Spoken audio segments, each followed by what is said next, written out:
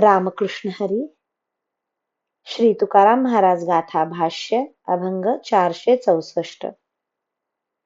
लागलिया मुखस्तना घाली पान्हा माऊली, उभयता आवडी लाड कोडे कोड पुरतसे.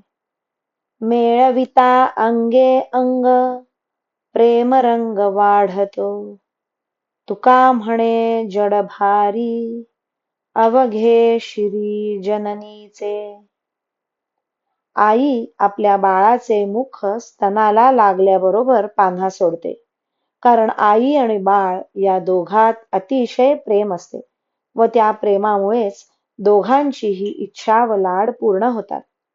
आईच्या शरीराला बाळाच्या शरीराचा किंवा त्या उलट बाळाच्या शरीराला आईच्या शरीराचा स्पर्श होताच दोघांच्याही मनात अकृत्रिम प्रेम व आनंद वाढत असतो.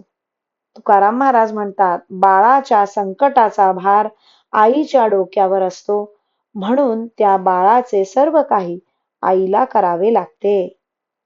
रामकृष्ण हरी. श्री कृष्ण अर्पणमस्तु.